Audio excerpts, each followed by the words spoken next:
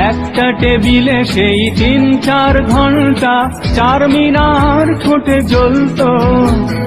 কখনো বিষ্ণু দে কখনো যামিনী রায়, এই নিয়ে তর্কটা চলতো। রোদ ঝড় বৃষ্টিতে যেখানেই যে থাকুক, কাজ সেরে ঠিক এসে জুটতাম। 4টেতে শুরু করে জমিয়ে আড্ডা মেরে 7:30টায় ঠিক উঠতাম।